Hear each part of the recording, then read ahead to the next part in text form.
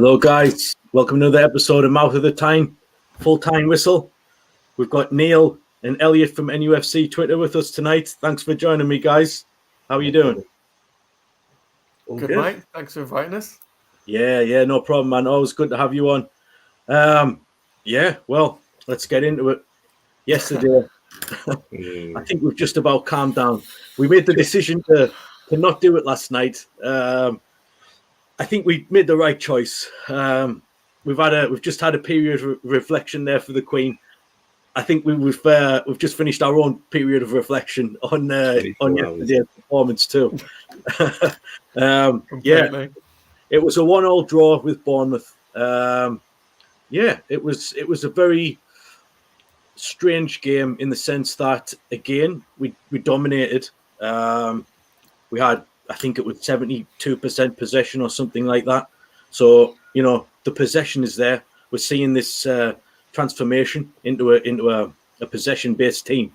That's not the issue. We're keeping the ball well. Even with Shelby being injured, we're still keeping the ball well. Bruno's doing a great job in there. Joe Linton's keeping the ball a lot better. We've got centre-backs that can pass the ball.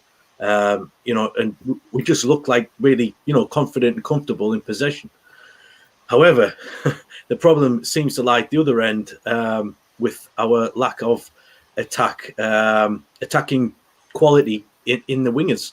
That's my main perception of how I'm seeing things. We seem to be able to control games, but the wingers just don't have the creativity or the assists, the goals to really push us on to that next level. So we'll just get straight into it, guys. Elliott, do you want to go first on this one and just tell me your thoughts on yesterday's game and anything you'd noticed about the formation or the team selection? Yeah, of course. I think I'll start from the positives, and I think that is the fact that we're clearly seeing a drastic improvement in our ability to control games, retain possession. And I think we're in a position where we can lock off a defence. I mean, we don't concede a lot of goals at all.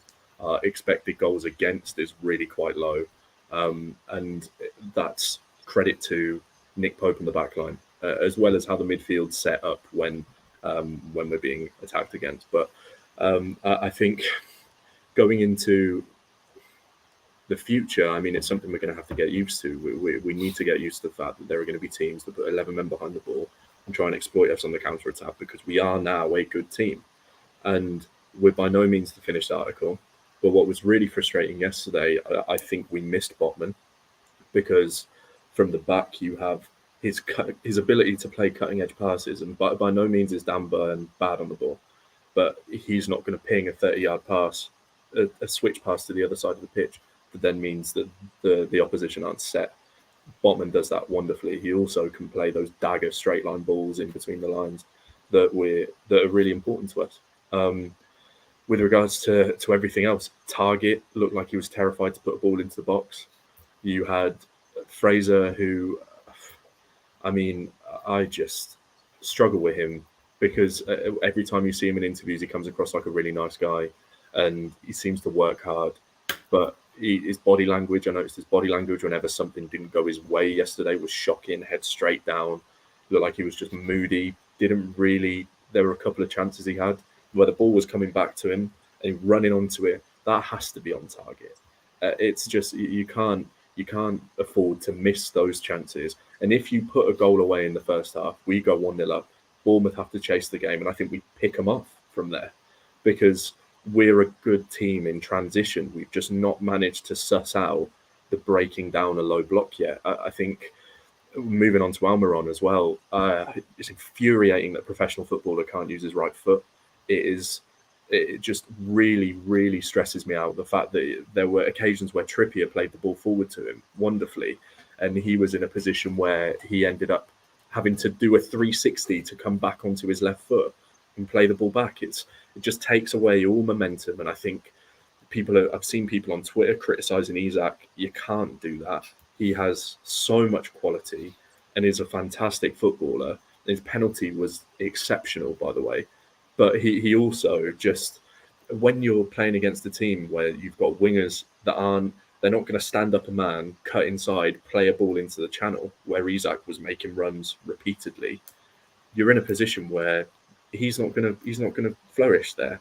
He'll play well in a game like Liverpool where they'll come at us and we can attack, and he's got that space in behind. But when we're playing against low block teams, we need wingers to draw men away so he's got that space to work. That's why we missed Maxi.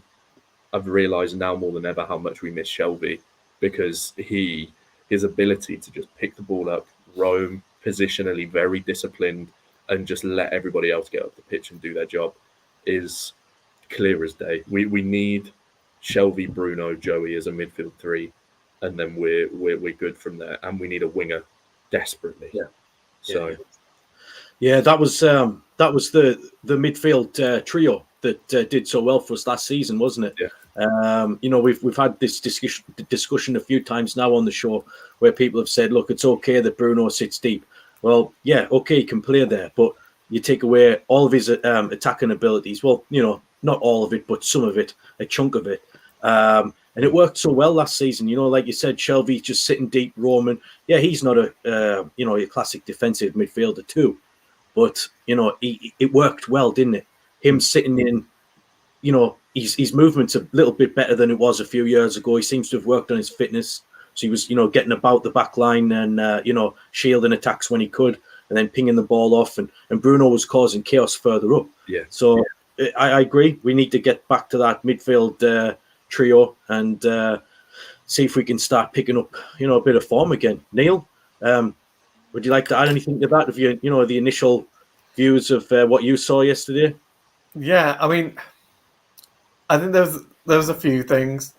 Going from the positives, similar to Elliott, I think we had about overall we've got about 50.8% possession in all of our games. And I think we only had 17% of the possession in our final third, in our third, sorry. So in the middle third and Bournemouth's kind of defensive third, I think we were nearing the 44% in Bournemouth's defensive third. Yeah. Which shows that we're, and the way I see it is when Liverpool were moving more to position-based football, when Joe Allen was there with Rodgers, and they kind of didn't have that cutting edge. They were doing okay, but they probably had more cutting edge than we have, to be honest with you. But they were controlling the game, had lots of the ball, and trying to break down that low block is difficult when people have 10, 11 men behind the ball. So when you've got inverted wingers like Miggy and Fraser, who aren't as direct as, say, Maximin, it limits you. I mean, that's why I'm wearing this shirt today, because Ginola wore it. He got chalk on his boots and he could cross. Yeah. we kind of need it. We need people going down that byline. The thing is, when you coach, whenever I used to coach my lads back in the day, I'd always say, if you're defending, show the attacker's weakest foot. Yeah. Right? Make sure that if there's an option for the ball to be passed to him, it's on his weakest foot. With Miggy, he then has to take so many touches that we lose momentum. Now, because we're good at transitioning from defensive to midfield, like really well, the challenge that we've got is then we're not moving the ball quick enough from the midfield areas, from the halfway line forward. And because we're trying to rely on our flanks quite a lot to drive the ball forward, if we're not having very, very quick transitions, taking a player on and then whipping the ball in, it's hard. Now, Elliott's completely right about Isak. I've been shouting, saying, you've got to play to his strengths. He likes to dummy the ball. Yep. He likes to run onto the ball. He likes to get the ball from deep. He drifts out to the left and does a little bit of magic. He's learning the Premier League at the moment. He's played 4 games now, has he? 3. 3 games. He scored 2 goals, right? Which is brilliant. He scored away and at home, which is fantastic, right? And his penalty was ice cold. I mean, that kid has got ice in his veins. But he wasn't getting enough of the ball. I'd love to see how many touches he had yesterday. In and around the box, he was trying to drifting into areas, and he was on, and you could see he was on, but they were just going down their own established patterns. And that's the thing about Shelvey. I've been moaning about it at the start of the season because We definitely needed another midfielder. We needed a defensive midfielder, which possibly could have given us an opportunity to play Shelby in more of a free role, right? If Bruno wasn't fit, but then he will cover for Bruno, and Joe will do a lot of the donkey work for him. So he's good defensively, but Joe will kind of run people down, and it allows him to have time on the ball. If he's got time on the ball, and actually Bournemouth were pressing yesterday, and we had Shelby, I think he probably would have been able to release Isaac. Yeah. And the thing yesterday as well, I thought Shaw didn't have his best game. Not at all. And if you've got Botman and you've got Shaw, in theory, you've got those diagonal balls, as Elliott said, and they can break the lines. And that's the whole idea. You know, Lejeune was brilliant at it as well. Remember when he used to do it? Yeah, very good. But you haven't got that. So then Bruno's, and Bruno's, I'm not surprised Bruno went off after 70 minutes because he looked knackered. Because he's having to do the defensive number 8 work, 6 work, but then he's also trying to do the number 8 work as well and get forward. And he's so cool on the ball.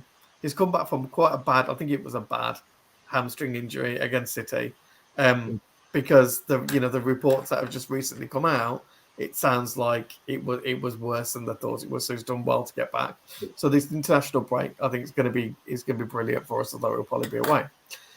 The thing is that if you look at that, our inability to break down the low block, our inability for our wingers to transition the play and move things forward quicker, compound that with the fact that we had, rightly so, Hall Flags didn't do their display as usual. I know it sounds daft. It was so flat, wasn't it? And the atmosphere was flat.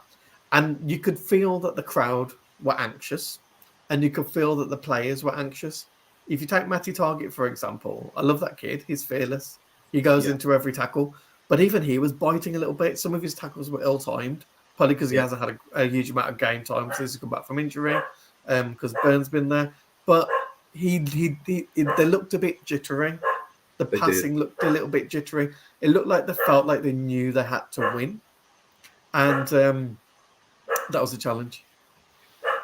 Yeah. Go on, Ben. Sorry. We'll let that dog out. Yeah, we're going to sort him out. Yeah, man. No, I mean, yeah, you've both covered, as an overview. Yeah, you've hit the nail on the head. I think I was disappointed when I heard Botman apparently he had a niggle, but if you listen to Howe's comments after the game, I don't know if you've read them or seen them. Apparently, it was more of a tactical decision due to leadership, which is strange because the Chronicle were reporting earlier in the morning that Botman had a niggle. So maybe it was a mix of both. I'm not sure about that, but I agree we did miss him. Although Byrne, I thought, was absolutely exceptional, and it was actually Share that was a bit rocky yesterday. Yeah, he was off the boil, but I thought Byrne was absolutely magnificent. It was one of those games where Byrne was just winning everything in the air. He got beat for pace once, and he did a great recovery tackle. He manages to get something on it. I don't know how he manages to get something on it. He's so slow as well. Yeah. Like, he looks slow. It looks on like he's running through mud. He is, but he seems to always manage to get back or thereabouts, doesn't he? But so I mean, I thought we just defended well, but just to touch on what you said there about Target, it looked as if he'd been maybe told to not bomb forward yesterday. Trippier seemed to be the one that was pushing forward, which then obviously created these problems with Miggy having to check back when he received the ball and different things like that in the old 360, what you mentioned. But Target on the other side didn't seem to be overlapping Fraser very much. I mean, he might have done it once or twice, but there was certainly not this marauding performance, which he's kind of brought to us over the last few months. And I just feel like maybe it was a tactical decision, just hang back a bit and kind of let Fraser do his thing on that side. But I don't know. But I just felt we lacked real quality in the wide areas, and it was just it was very laboured. Everything was slow. There was like the passing from let's say when we had it in midfield, switching it out to the flanks. There was times when Target was free and he was like, the crowd was screaming, look, play it to your left, and we dithered and dallied and played it to the right instead where it was more crowded, and just little things like that. Just it was really noticeable. There was not much going on in the wide areas, and it just feels like such a shame that every time ASM is injured that we're going to have these issues. Now, we've seen the mood on Twitter over the past 24 hours. It feels like now any criticism, whether it be constructive criticism or just something where an opinion is given where people would suggest where to improve the team, it's now frowned upon. But like, this is what I want to do on the show. We can speak freely. We can criticize certain elements. We can do it constructively, so we know like how we want to improve. But on Twitter, I think I've seen it, so much over the past few hours since yesterday that people were criticized for suggesting that the inverted wingers are no longer working, especially when Maxi's not playing. And it shouldn't be the case. Like these are observations where it's pretty factual. It's not really an opinion.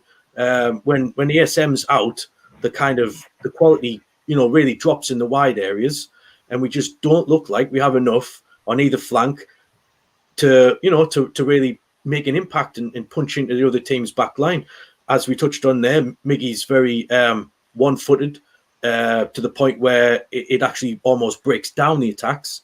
Mm-hmm. And Fraser on the other side is just so, I'm not trying to be discriminatory, but very small and, not too strong, which he can't help that, but in previous years, he's had pace to deal with that.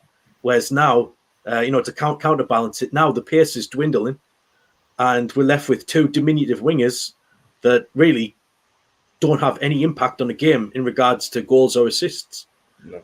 So, I mean, you know what I mean? Like the fan base is rightly, a little bit aggrieved that we've had a window where we could, I don't know the financial situation or why we didn't do it, but we could have brought in, a winger that would assist and score goals. We chose not to. And here we are. It wouldn't, the thing is that it wouldn't bother people. It wouldn't bother the team if ASM was not, I don't want to say injury prone because he had a great season last season. I checked his stats earlier today. He played 35 out of 38 Premier League games. But the seasons before that, he'd missed a third of the season. He did that twice.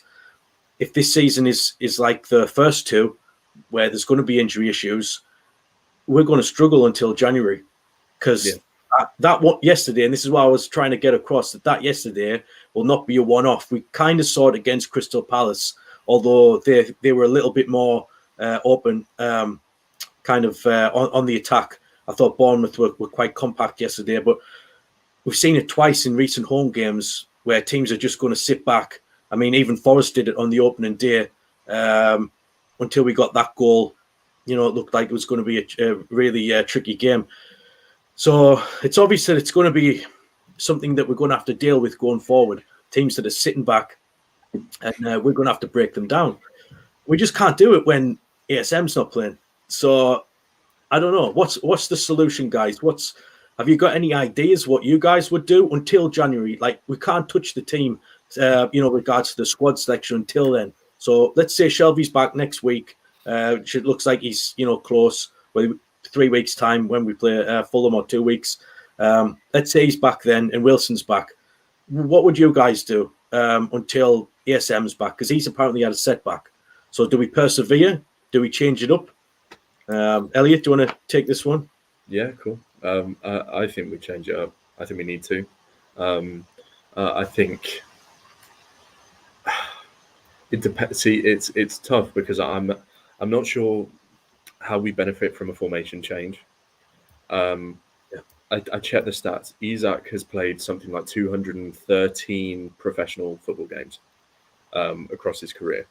7 of them only 7 of them were him not playing as a centre forward. So as much as he moves into that space between the centre back and the full back, he does that often, will drop deep into that space and pick it up almost on the edge of the 18-yard box. I don't think he's a winger. And I think if you're spending 60 million on a centre forward, which is what he is, I don't think moving him out to the wing is a good idea. But what I do think is Eddie Howe's played the 4-4-1-1 formation a number of times at Bournemouth with a second striker. and Callum Wilson is lethal in behind. Isak is very good at dropping deep. Wilson playing as the 9, Isak playing almost as a false 9 behind him, Yeah. I think would work fantastically, because you have Isak almost filling in that number 10 position, but slightly more advanced, picking up the ball, advancing the ball, dribbling it past people, finding space. That's what he's fantastic at. It's what he does best. And it also gives him that room to drift out to the left, to drift out to the right, while you've got wingers, left-sided, right-sided midfielders pushing forward or dropping back. It gives him that space to operate in. I think that's probably the best. I mean, in the meantime, because Wilson looks like he's ahead of Maxi in terms of the schedule, based on what was said yesterday, it seems like that's the case. But so put Wilson and Isak together, and I think that is an incredibly difficult pair to deal with.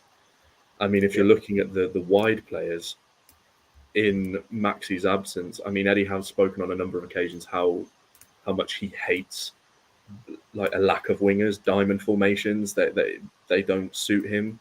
I'd give Elliott Anderson a go over Ryan Fraser on the left. I don't think we've got much option other than to stick with Miggy on the right. But at least Elliott Anderson, we know in Maxi's absence he will be direct. But it's just, who do we play in that middle two? I mean, look, Shelby may well be back in some form after the international break. He's out on the grass. It's just a case of building himself back up. I don't know what the timeline is there, but if we're playing a midfield two, a central midfield two, assuming Shelby's not fit, I think it has to be Joe Linton and Bruno. I think that gives us good cover as a pair because they work their socks off. They're both astute defensively. Joe Linton advances the ball really well. And also having a bank of 4 in midfield almost gives Bruno a little bit of a license to advance, because you've got that cover on the wings as well. They will end up having to drop into play, so you've got 2-on-1s on the wings. But that would be what I'd do. And I think we should try Burn and Botman. I think we should. I mean, there's so many that I've seen a lot of people say, you don't play 2 left-footed centre-backs. But at the end of the day, with our style of play, we effectively have a 2 at the back while we're attacking anyway. Yeah. They're in a position where they could switch it to their favoured foot to play a pass. I mean, it doesn't concern me too much. But yeah, no, I totally agree. And just to highlight that a bit more, obviously we've seen other Premier League teams play with 2 right-footers. So it's not like, it doesn't have to be this kind of written in black and white that 2 left-footers can't play together. It happens in many teams. There's not always a left-footed centre-back available, so 2 right-footers end up playing together, It's just, I mean, we've seen Lascelles and Cher play together many times, in the past. They're both right-footers. So, you can do the same with the left-footers. But I agree. I think but we need Botman in as soon as possible. I think he's a real talent, and I thought he was great against Crystal Palace. That's why I thought, if it wasn't injury related yesterday, felt it was slightly harsh. Even though Burn was excellent, I thought Botman was brilliant against Crystal Palace. He was up there with one of the best players on the pitch, I thought. He's just a Rolls Royce of a centre back. Fantastic, isn't he? That's the term we use, but it's because it's true. It's like he's classy, he's cool, calm, comfortable, confident. It's like everything you want in a centre back. Yeah. So, Neil, have you got any thoughts on how you would improve the team? Anything else what you want to add? It's exactly the same as what Elliott was saying. I think we have to persevere with Miggy. I think a 4-4-1-1 would be a good opportunity. I actually think that sometimes Longstaff plays better in a middle pair. So you could, if you wanted to change things, and I know he's played there before, he's better in the midfield as either a 3 or with Bruno in the middle, but you could play Joe out on the left and you could put Elliott Anderson on the right as well. What you'd have is 2 people that will want to carry the ball up the wings as well. So effectively you'd have the same sort of situation as having 2 wingers. It's not ideal. It's square pegs, round holes, or again. Yeah. But it could solve the problem. I think it's going to still be a little bit early for Shelby for us to see him before the middle of October, I think. But it's great that he's running at the moment. So we are going to have to figure out the solution. I mean, the biggest challenge is when we take Callum Wilson or Isaac off. If we wanted to shore things up, or we put Chris Wood up front, and nobody crosses the ball into him. Yeah. Even though we don't beat the first man, we don't cross the ball into him. This is it, isn't it? This is the, a major issue. The frustrating thing is when he was at Burnley, unless I'm in a parallel universe where we're imagining things now, I'm pretty sure Wood ran the channels. I'm pretty sure he ran the channels, and he ran in behind players, and he sometimes played off the shoulder. Yeah. But he just doesn't seem to, it's as if we've just told him that we're going to lump the ball up to you, and you're just going to hold the ball up. And he bounces off him half the time, or flicks it on into no man's land. So we've got to play with who we've got. The biggest challenge that we've got is that there's not a huge amount of squad depth for us to play with. Apart from Elliott Anderson, there's no other youth players that we think might be able to come through and have an impact. And I'm not jumping on Murphy's back because he's got something in him. He actually can cross the ball sometimes. He doesn't seem as effective. And if you put him on the left, I think he's less effective than when he's on the right. Yeah. So I think agree. I think we may have to go with a 4-4-1-1. I think the reason why we bought Isaac as well is that he can play as a false nine. Yeah, and he can drift into that space. And what Callum's really good at is occupying the defenders. Yeah. He gets in the face. He's really mouthy. He makes sure that they know they're in a game. He's very physical. He shields the ball really well. He wins free kicks. He tries to run into different channels as well. And because he'll be pushing more into the 6-yard box because he's that type of player, he scores most of his goals in that sort of area. He actually might make more space for Isaac as well. He likes to come from deep, and he can shoot from outside the box. So what I don't know if you saw yesterday and noticed, but he was getting double teamed. He had two defenders most of the time on him. He didn't know. It's not as if he didn't know how to handle it because he tried really, really hard. But they were very physical. Bournemouth are up for it. That's going to happen a lot because of his price tag. They're going to double team him. So we need to give him an opportunity to find some space. And I think Eddie needs to figure out how to do it. The good news is we know we're a work in progress, and what we have to understand is I'm trying to be a bit I'm trying to moderate my emotions from yesterday and just think this is a great position. Normally we would go into a match and we'd be nervous thinking, okay, we need these points because we're going to get relegated. Now we're going into the match and we're frustrated because we didn't pick up points. And it's a different feeling. It is. It's a different feeling, and it's weird because we knew we should have got something out of that game, and we're going to have that a lot. But I think if we can pick up another 14 points before the break, 14 to 15 points before the winter break, we'll finish strongly. Second half of the season, we'll strengthen in January, and then if we can pick up another 30 odd points, I know it's optimistic. It's 17 games. Next half of the season, then 56 points was 8th last year, wasn't it? 7th. I still think we finish. I think we grab the last European spot. Do you? Yeah, purely because of who looks good and who looks bad this year. I mean, we're in a position where we're effectively West Ham at dog water, Leicester are absolute pony. You look at the other, the teams that should be there. Wolves. I think I sent you a message about those three. We'll pick up points from those guys. So, no, I agree. I agree. I feel like yesterday I tried to stay off Twitter, but it's very hard. Sometimes I use it to vent your emotions. That's why I thought we maybe could do the show today, because I didn't want it to be too pessimistic, and I think that's worked out great because we're having a great debate now, a much more kind of relaxed atmosphere than it was last night.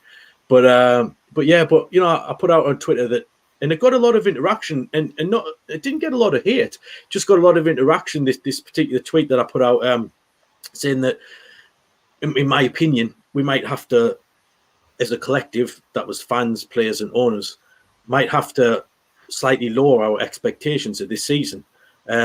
Most people, some people agreed with that and thought, yep, kind of in their heads they were thinking maybe, we'll push on and finish 6th, 7th, or 8th, as Elliott said there.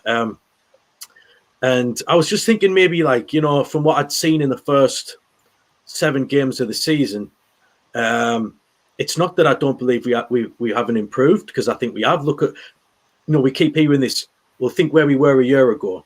Well, yeah, like, obviously we were totally rubbish under Bruce. But, I'm just comparing it to kind of like the back end of last season when we were flying, but we didn't have a lot of injuries. Whereas this season we've started and we've had a boatload of injuries. And it's clearly affected, our attacking player. And it just worries me that because our players are, Wilson is injury prone, and ASM can be injury prone too. Obviously, that's been exacerbated by Bruno having a little niggle. So we've lost our 3 key players.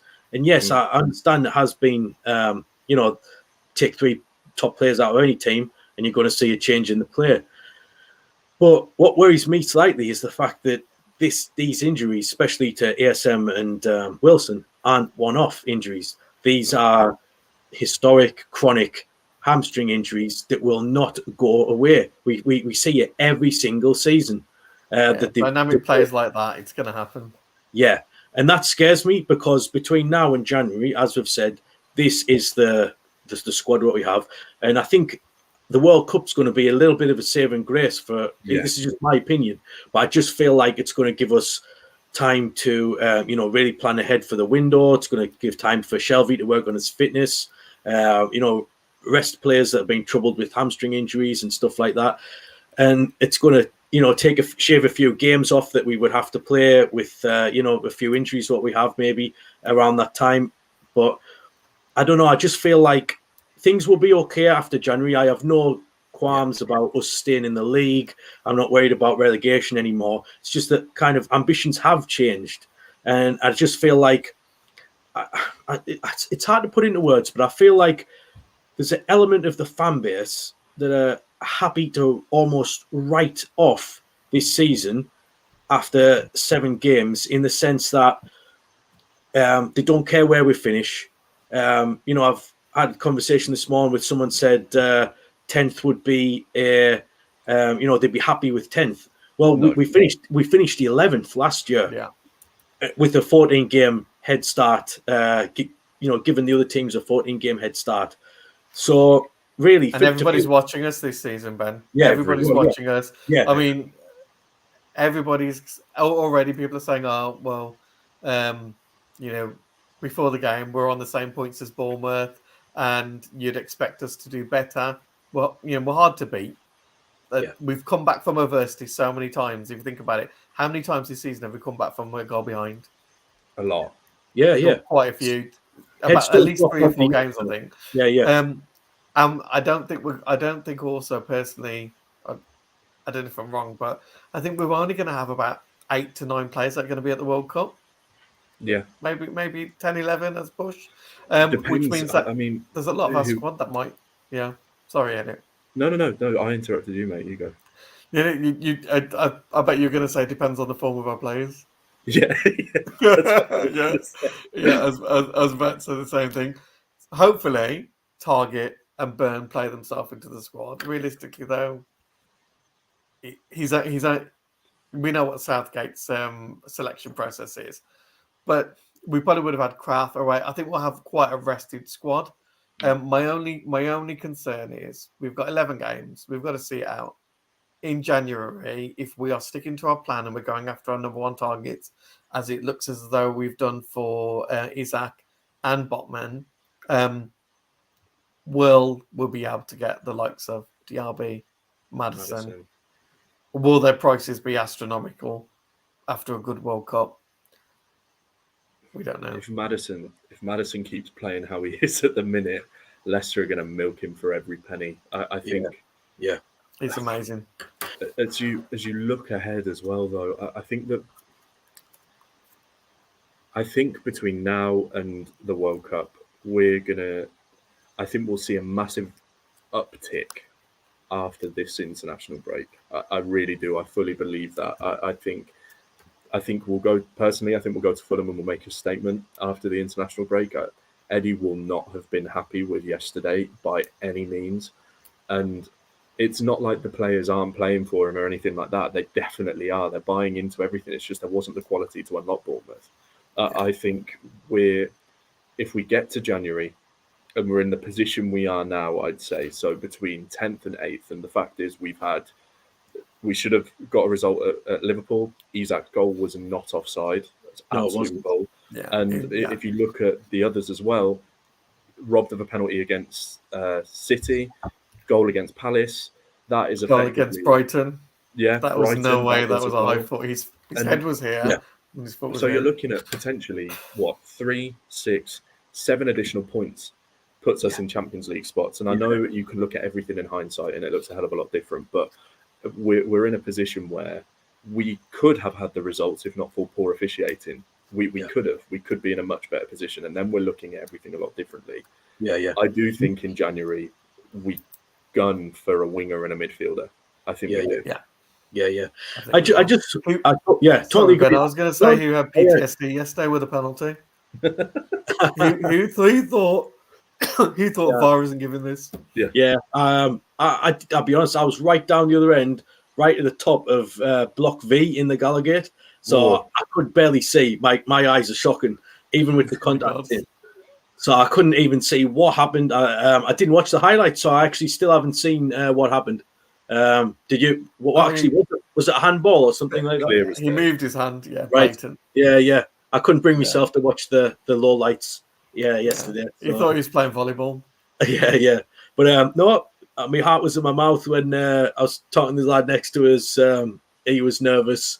We just thought it was like pressure. It was a real pressure moment, wasn't it? Because I felt like if that hadn't gone in, we probably would have. We could have tried to play all day, score all day, and it wouldn't have happened. So it was great that it went in. But yeah, it's just it's not to be pessimistic. Like, we've still got a whole chunk of the season to go. I just hope that there hasn't been a missed opportunity for this first half of the season. Like I say, fans on Twitter seem to struggle when people put views out that, that aren't full of praise for every single element and aspect of the club and the team at the minute. There's this element of, you get a pile-on or you get somebody like significantly disagreeing with you to the point of, abusive language being used and, derogatory terminology. But at the end of the day, I feel like, it's okay to be frustrated that we haven't had a great start of the season, because it is frustrating. Because if we had just, this is my opinion again, but if we had just brought two more attacking players, even one on loan, so we're not even talking about huge big bucks, just, find another 20, 30, 40 million for another marquee attacker, whether that was a right winger or, Madison, which obviously would have cost you a bit more. If we could have just pushed the board out and got that, and then maybe another attacking player on loan, I honestly feel, and this is where my frustration comes from, I feel we would not only be able to finish top 8, but it would be comfortable.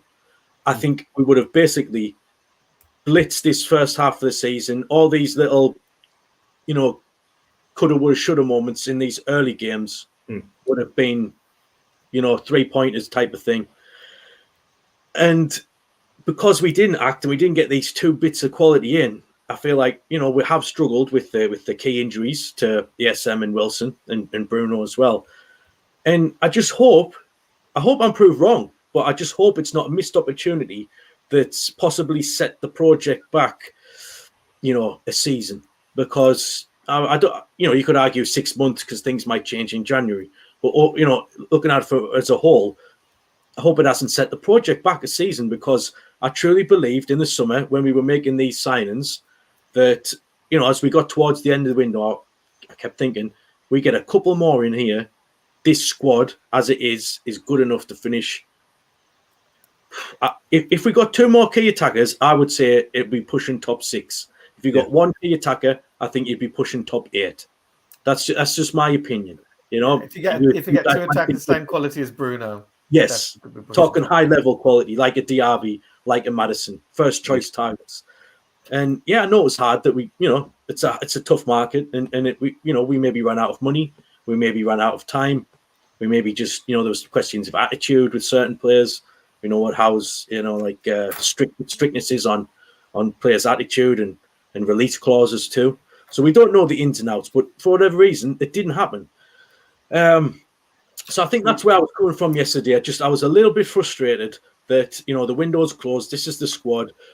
But we've made this a squad knowing that we have a few injury-prone players, and we were already lacking before the injuries to ASM and Wilson. We're already lacking in attacking, creative players that centrally maybe like a number 10 or on the wing as well. We were lacking quality. We have 3 wingers really: Fraser, ASM, and Miggy. We can chuck Elliott in there now. Anderson, sorry, but it's not you, Elliott. I'm not going to play. Get your boots, mate. Yeah, man. But yeah, so I feel like we already knew that we were lacking in that department, and I just feel like I just hope it's not. I know I'm repeating myself, and I'll finish this point up now, but I just hope it's not a missed opportunity for the club this season. What I'm trying to say is it maybe didn't have to be such a transitional season where we were just going to, let's just see what happened type of season. There could have been a real early push for Europe. And I just feel, this is just my opinion, that I just feel that by January, we will not be quite where we want to be, although that could change regarding Europe in the second half of the season. I'm not going to rule it out completely, this push for 8th place or 7th place, whatever gets you a conference, because that's all I'm talking about in Europe, the conference, Europa Conference. We're not obviously going to get Champions League, or I wouldn't even suggest Europa League. I spoke to, funny enough though, on Steve, Steve on his show, the Bournemouth preview, the Bournemouth fan who has a Bournemouth channel himself, he did a show with Harry Redknapp, and said to him that he had us to finish 3rd. Wow, really? Genuinely, he said just because of Eddie Howe, and Bournemouth fans, as much as we know Eddie Howe, they know him better than anyone, just because they've seen the evolution. He said that you cannot for 1 second underestimate what that man's capable of. I don't think it's unfair to. I think the consortium are surprised at. I think they're genuinely surprised at how well we did back end of last season. Yeah, sure. And they've invested quite well, really well this season. We had it's 50p and a Kit Kat. That's what Mike Ashley used to invest in us before. Let's be honest. And when Pardew finished 5th, and we turned around that next season, and I think Vernon came in, and we said, "Oh, we've missed an opportunity here for us to push on."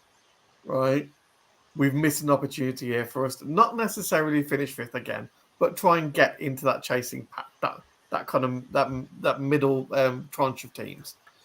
It's exactly fair for us to say that we could possibly be missing a trick, because there's some teams that are absolutely woeful this season. There's some teams that are underperforming, so there's an opportunity for us to steal the march and try. And the way I see it now is we are where we are. The squad's is where it is until January. In 5,000 meter race where they're just kind of staying with the pack until the bell goes. We kind of need to stay with the pack until we can then improve the squad and push on. Whether we can, I mean, Kenny makes a really good point, and Brett makes a good point about us putting our chances away. Kenny said we're only 1 win away from 6th place, and we've had 2 wins taken away from us, which is fine.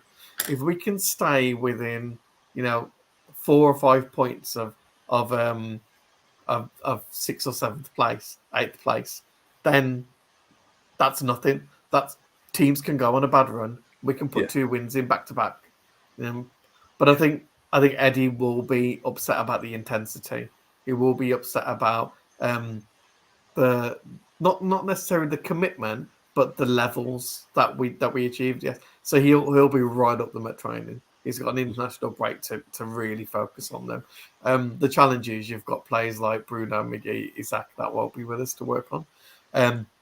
But yeah, maybe that Bournemouth fan's right. Maybe he'll kick on. Who knows? I think I remember sending a message to my mate who's a Liverpool fan when Eddie Howe came in, and I'm not embarrassed to say this. I was like, I'm really underwhelmed. Like I love Eddie Howe. I think but I don't think he's the person we need at this moment in time. I thought we could have done better because we've got more money than anyone else. But actually now, I can't see any other manager I'd want.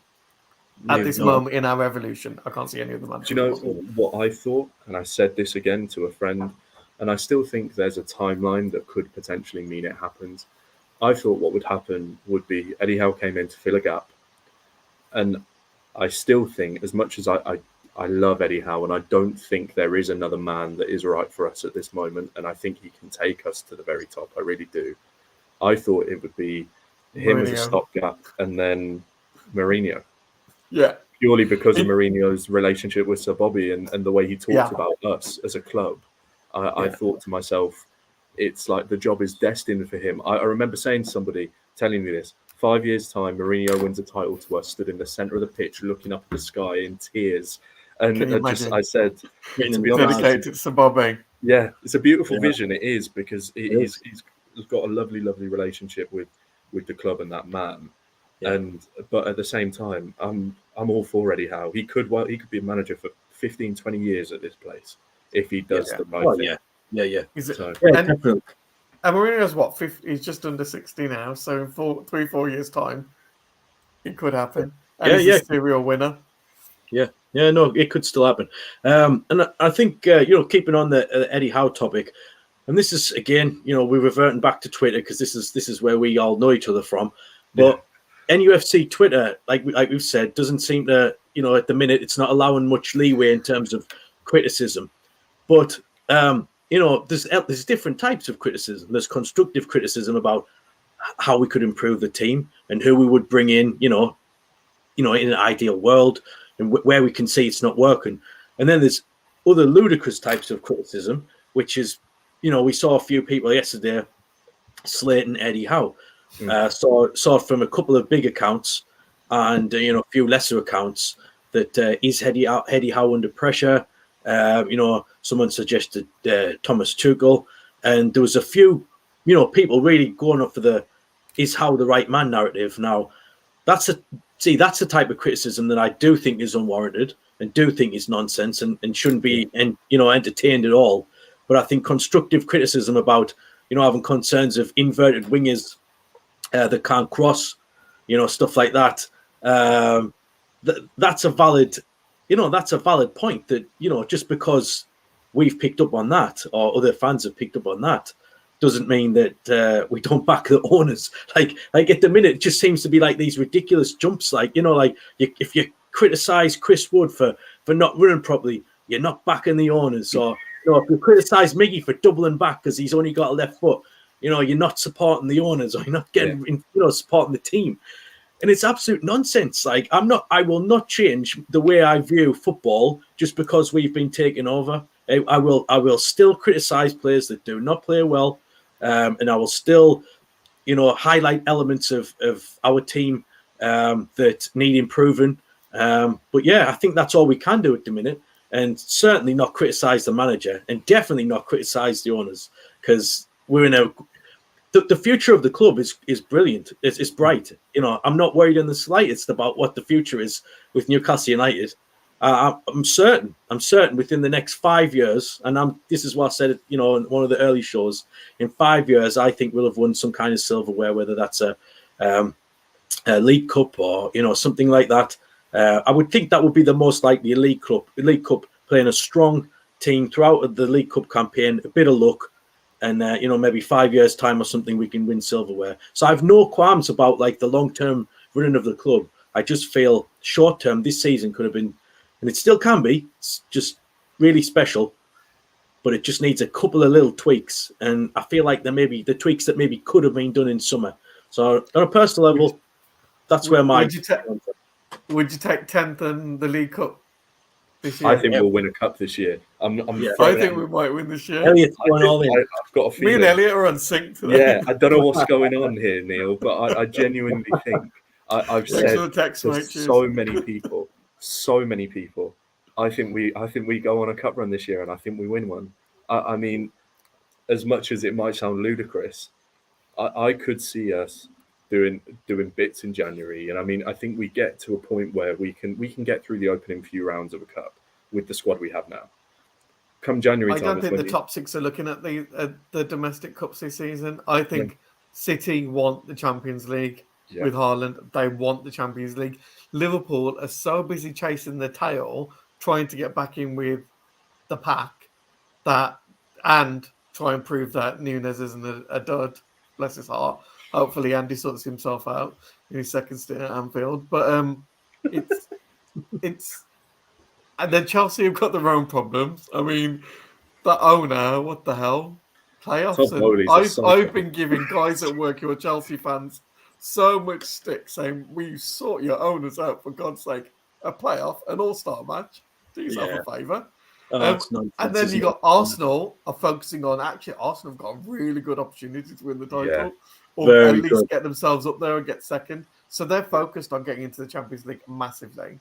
Yeah. And then, so I think it's open to everybody else. I think this season... I think we can do it.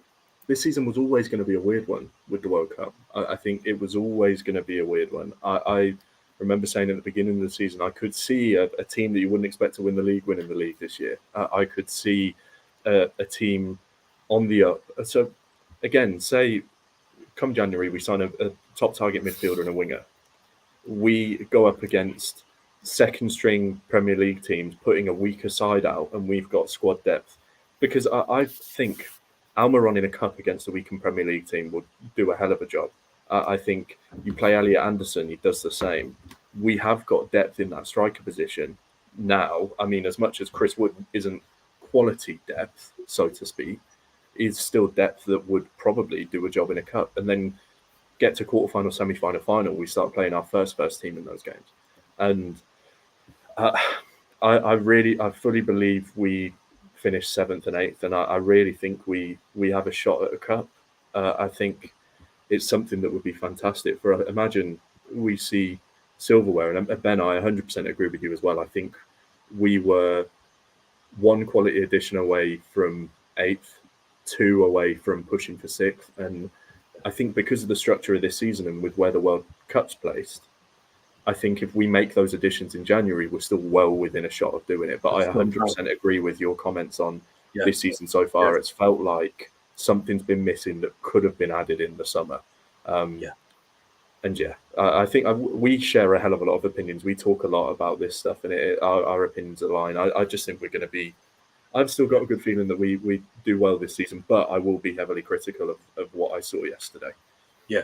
No, totally, man. I mean, I worry sometimes. Like, I'm a worrier in every aspect of football. You know, I still get nervous before a game. So it's like, you know, I think I try not to be glass half empty. Try always be glass half full. But, yeah, I think I call it as I see it too, you know, like I don't try to dress things up, and sometimes that might come across as, you know, pessimism, but you know, I'm fully behind the owners and the team, and I think we're going to still have a good season. No qualms. I don't think we're going to be anywhere near a relegation battle. You know, the way we defend, and you know, with the quality what we have, especially when ASM's fit and Wilson's fit and Isak now, and you know, Bruno firing. You know, you've got 4 like virgin on world class players there, like that can cause damage, and Joe Linton too. I'll class him as in this, you know, 5 like you know, real power players for us. So I've got no qualms about that. I just feel like, you know, I think a good tweet. Well, I'm just popped in my head there was Mark Douglas tweeted this morning that you know, he's very much everything. You know, everyone just relax. And what he said was Newcastle United will be fine. And what someone said to him was like, what do you mean by that? Like, do you mean fine as in we're not going to be in a relegation battle? Because, yeah, that's pretty obvious. I would assume that we're we're not going to be there. Be extremely concerned if we were. But you know, it was a very vague comment, like kind of like just relax, everything's going to be fine.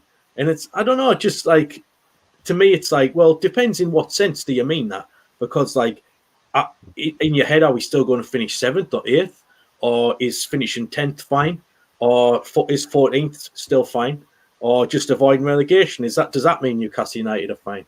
So I just thought it was like it was just a throwaway tweet. I'm sure he didn't mean anything by it, but it just kind of shows that everyone's got different perceptions of what to expect this season. So you can't really just say Newcastle United are going to be fine. Well, yeah, but like I think like we're obviously going to avoid relegation, but does that mean that, you know, we're not going to finish top 8? Or, you know, it's a very, I think it's just all opinions, isn't it? And this is why I've been trying to get across on Twitter that like there's no right or wrong. You know, people are allowed opinions, and yeah. I mean, sorry, but go on, mate. Okay, but I think what you're saying is spot on, because 10th this season, in my opinion, is fine, but we're in a position now. We don't just want fine, do we? And I mean, it's all about perspective here. And the fact is, being in a position where we know that we're comfortably safe, and I fully believe that's not even a question we need to ask. But where is the mindset of our fans currently? Because do I agree with booing players off the pitch yesterday? No. Do I agree with criticism of the performance? Yes, 100%. Do I think we should look at finishing mid-table as fine, but are we settling with mediocrity when we're in a position where we have the resources, the coach, and potentially the squad to finish significantly higher than that? And yeah, 10th would probably be fine. And it is a place above where we finished last season. But I mean, from our owner's perspective, we're owned by PIF. They don't want to be second to anybody, let's be honest. The aim for them is that they want to be the best team in the world, and they want to show up every other Middle Eastern owner in the world. And that'll be the attitude. It's like I'm better than you type thing. And it's fair for fans to look at that and think, all right, well, 10th isn't really what's good enough for us this season. And I mean, I'd be disappointed finishing 10th.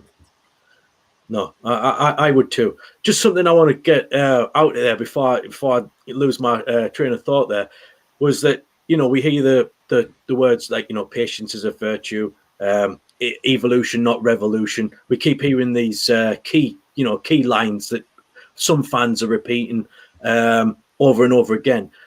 Some people would have you believe that this is, you know, kind of 5-year plan, like, or at least like the phase 1 of it would be like a 5-year plan, and who knows how long we're going to be owned by PIF. It could be, you know, 10, 15, 20, 30, 40-year plan, who knows.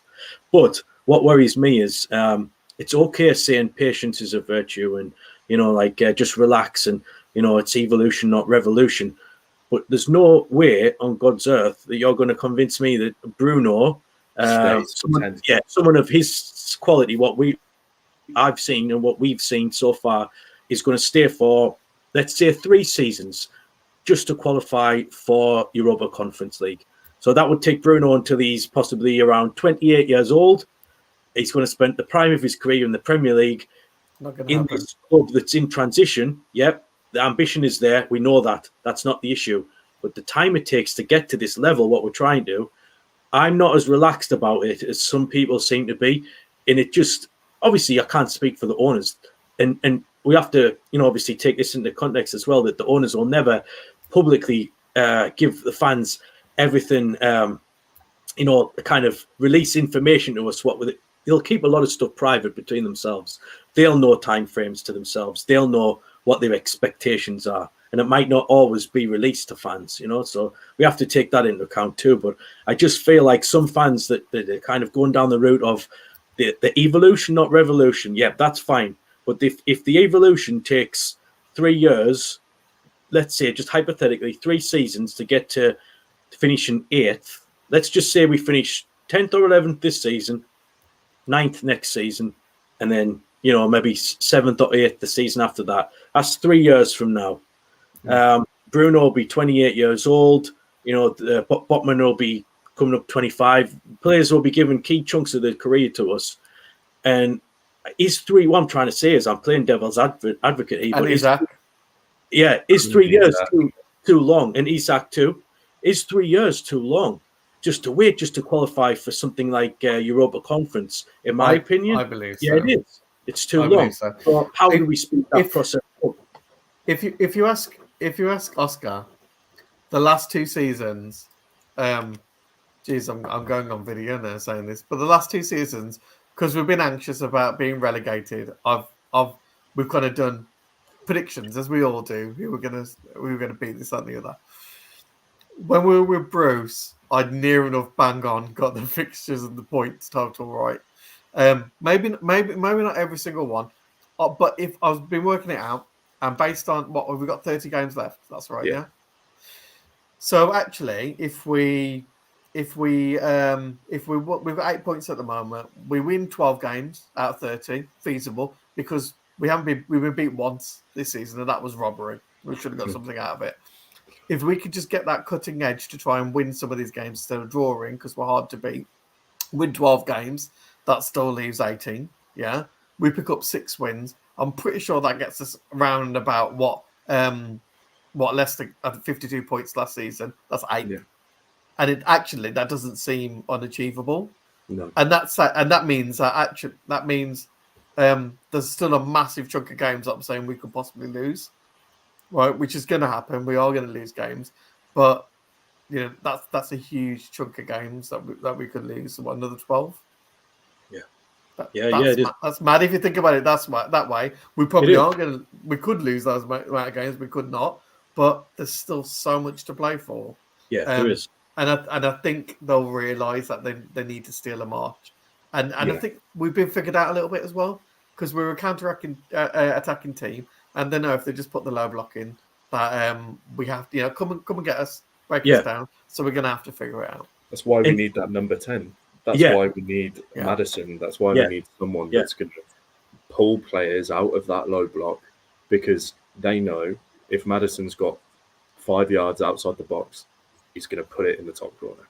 And it's the same. It's the same everywhere. You look at the best teams. You look at City, who effectively have to play against a low block every week.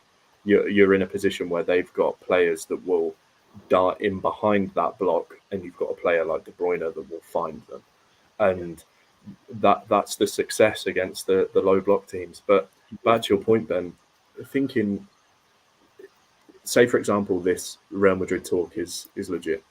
We finished 10th this season and Real Madrid come knocking around for Bruno in the summer. I'm sorry, he's gone. He's going to go. I think so. Yeah, I think so. Especially with the whole Paqueta saga. I'm assuming behind closed doors that he wasn't too happy that we didn't sign Paqueta. I'd heard a whisper that that might be the case. Who knows? But I feel like if you brought Paqueta in, rightly or wrongly, whether he deserved to be here or not, or whether he was a target or not, we'll never know. But it's his best friend, and it would have added that element of extra security with regards to keeping Bruno. I just feel like he's showcasing his skills every week, and to me, even yesterday, I know he was taken off after 70 minutes, but he did so much in that time. And he's just keeping the ball. People he's so relaxed. Like people, he doesn't panic when someone's on his back. He will literally just hold them off, and he'll still make the pass that he wants in his own time. And he does it time and time again, where you think, man, you're almost shouting man on. And realistically, he doesn't care. He's not interested, because he's going to shake him off and play his ball anyway. Do you know what I mean? It doesn't matter how close to them they are. So I don't know. He's brilliant. We haven't got enough time. Like we said, we could do a whole show on Bruno one day. We could. An hour on Bruno. But I feel like it's just a worry to me that the speed, every kind of window counts, every season counts. And I just hope this isn't a 6-month wasted period where people are just shrugging it off as, we're in transition. Well, yeah, okay. But like we've said, if we could have just got those 2 extra players, it could have made the transition a lot quicker and a lot smoother. So let's hope it happens in January. We fully back the owners, we fully back the team. but we're just calling it as we see it. To me, I can't speak for everyone, but to me, it maybe has slowed it down by 6 months. Let's see if it can be rectified in January, because, we've got a lot of games to play between now and then, even with the World Cup. But, our options off the bench, which we touched on earlier in the show, our main options are Murphy and Wood. Now, they're not game changers. I thought Murphy was atrocious yesterday when he came on. I can't remember him making a single run in behind, getting a single cross in. I just saw cross. Unfortunately, he's regressed under Rafa and Eddie Howe. He's regressed so much. Yeah. Either the standard has just improved so much that he's been left behind, or he's regressed. He's a championship quality player. Yeah, it's just a worry. But like I said, look, I am positive for the future.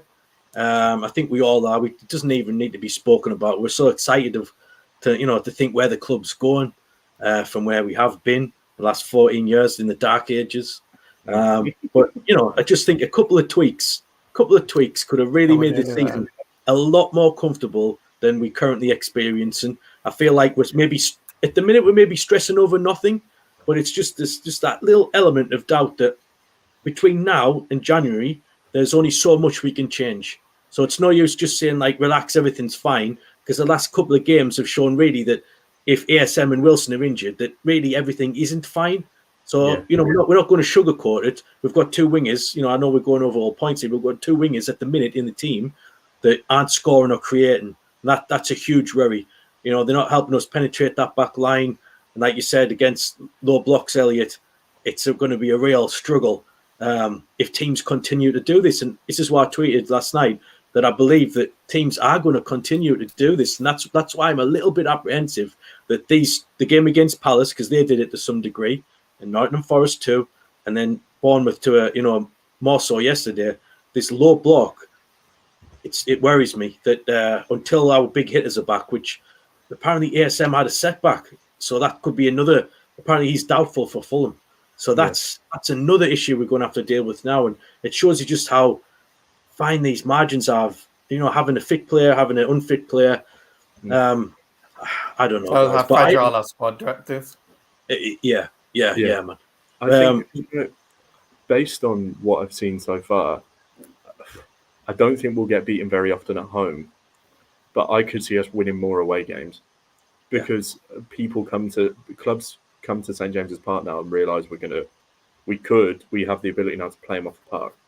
If they come, especially with the atmosphere as well, it's intimidating. I think so. I think we will win at home. I don't think we'll be easily beaten at all. But say Fulham as an example. I think if Fulham won't sit back at home. So I imagine if we're in a position where we're toe-to-toe with Fulham, I think we'll absolutely batter him. But I think that will be the pattern, I think. The teams that come to play us, we've got the players now to absolutely dominate those kind of games. I mean, City played at us and we went toe-to-toe with them and very, very nearly came out on top. Should have got a result at Liverpool and they came to play. If you look at that, when our players are given space, especially Isaac, very true. It's when they've got a high press, Elliott. When they've got a high press, we're getting behind them. Yeah. Just a quick one on Paqueta. Did you see him miss that chance? He looked looked good. He might play absolute buttons, and then we pick him up. Do you want to know something? Though saw something very, very similar. Leon are the only club he's been at that he's performed well. Milan play almost identical football to West Ham. When he was there, they did. When it's a case of so he suits a midfield three playing as a number 8 in a possession dominant team. West Ham aren't a possession dominant team. They often play on the counter, winning the ball back and then going from there. Paqueta doesn't have the space to operate. He's looked very sluggish. He's given the ball away a lot. And he is one of those where he will find space while players advancing while in possession. It's not working for him. And it's why Milan, it didn't work for him either. He suits a team like us who play really high intensity transitional football. And he got that double pivot. He likes to nip in behind and win the ball from different angles. So actually, person in possession is looking that way, Paqueta will nick the ball off you without you even looking in your blind side. Yeah. But he can only do that in a midfield three when he's got the space, and he can rely on the other two in a double pivot for him to be able to do that. I think you're bang on, Elliott. I think you're bang on. I think he's going to struggle. Yeah. The thing what gets me as well is that I had a few like late nights earlier in the summer in spring when Bruno and Paqueta were playing together for Brazil. Stayed up late a couple of nights to watch Bruno make his. This was after he signed for Newcastle. I thought, right, I know who this guy is now. I want to watch him.